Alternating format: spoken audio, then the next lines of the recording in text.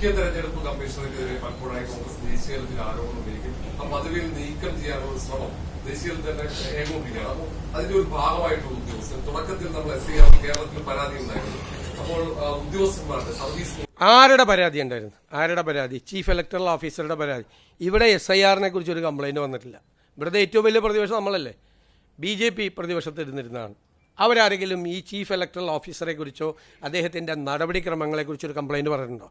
ഭരണകക്ഷി നിയമിച്ചാണ്, അന്നത്തെ ഭരണകക്ഷി പിണറായി സർക്കാരിൻ്റെ പ്രപ്പോസലാണ് ചീഫ് ഇലക്ഷൻ കമ്മീഷൻ വെച്ചിട്ട് അദ്ദേഹത്തെ അംഗീകരിച്ച്. CPM അദ്ദേഹത്തെക്കുറിച്ച് പരാതി പറഞ്ഞിട്ടുണ്ടോ?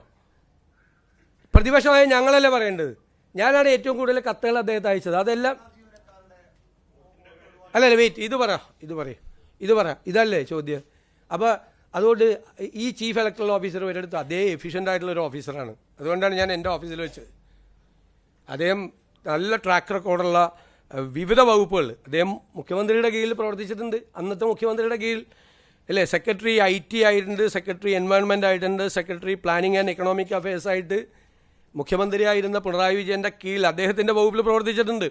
സെക്രട്ടറി ടാക്സസ് ആയിട്ടും GST കമ്മീഷണറായിട്ടും അന്നത്തെ ധനകാര്യമന്ത്രിയുടെ കീഴിൽ പ്രവർത്തിച്ചിട്ടുണ്ട്. ആ എക്സ്പീരിയൻസ് കൂടി വേണ്ടേ? ഞാൻ ധനകാര്യ വകുപ്പ് കൂടി കൈകാര്യം ചെയ്യുമല്ലേ.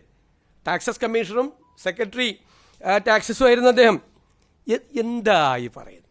വേറെ ഇങ്ങനത്തെ തമാശകൾ ഞാൻ ഈ അടുത്ത ജയിച്ചതിന് ശേഷം ആദ്യം കേൾക്കുന്ന തമാശയാണിത്. ഭയങ്കര തമാശയാണ്, ഭയങ്കര ചർച്ച. എന്താണെന്നൊരു പിടിയിട്ടുണ്ട് ഇത്.